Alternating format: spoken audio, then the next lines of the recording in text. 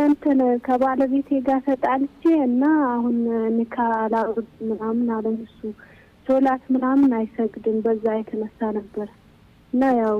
ይሰክራል ጫት ምናምን በጣም ነው የሚቅመው በዛ የተነሳ ነበር የተጣላነው እና አሁን ንካ አውርድልኝ ስለ እንዴ ያለ ከተለያየን አሁን አመት ከ5 ወር ሆኗል لا اله الا الله እሺ እና አሁን ንካይን አውርድልኝ ሲለው እንዴ ያለኝ እሱ ማለት ነው እና እንዴት ማድረግ ይችላል አንቺ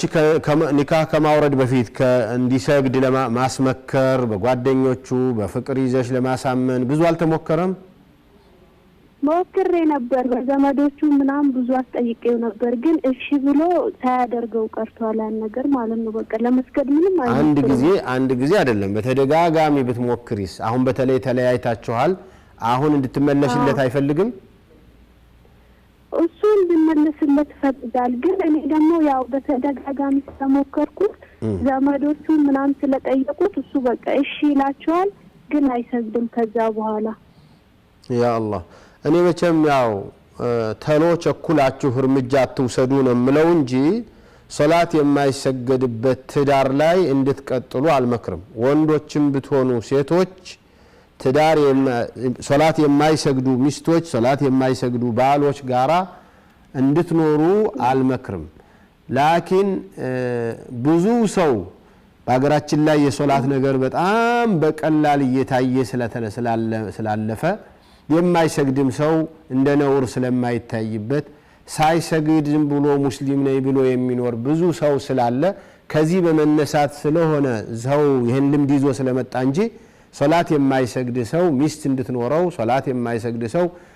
ማትሰግድ ሴት የሚሰግድ ባል ይዟት እንዲኖር ኪታቡ አይፈቅድም ስለዚህ ስለዚህ አንቺ ማድረግ ያለብሽ ቁርጡን አውቀሽ አይ እኔ በዚህ በሶላት ላይ አስተካክል ምትይ ነገር ፋይዳ የለም ወይም ታለው ተሞክሮሽ ብዙ ጊዜ ሞክር ያለሁኝ ብለሽ ተስፋ የሚያስቆርጥና ማይማር ከሆነ ለአላህ Subhanahu Wa Ta'ala ሰተሽ ትዳርሽን ሸሪዓ ፍርድ ቤት ሄደሽ መኖር አልፈልግም ብለሽ ማቅረብ ነው እንጂ ቤተሰቡ ያሳምነው ካልቻለ ሚዳኛው ይፈልጋል ይግድ ከሱ ጋር ይኖር ነው ደግሞ 6 አመት ነው ይኖር ነው አሁን ከተለያየን 1 አመት ሆኖናል ላችግር የለውም የግድ መፈታት አለብሽ ፈተሽ ነው ይዳቆጥረሽ ነው ወደ ሌላ አምተጂው ስለዚህ ይሄንን ወደ ፍቹ ከመሄድሽ በፊት የመጨረሻ ድልሽን ተጠቀሚ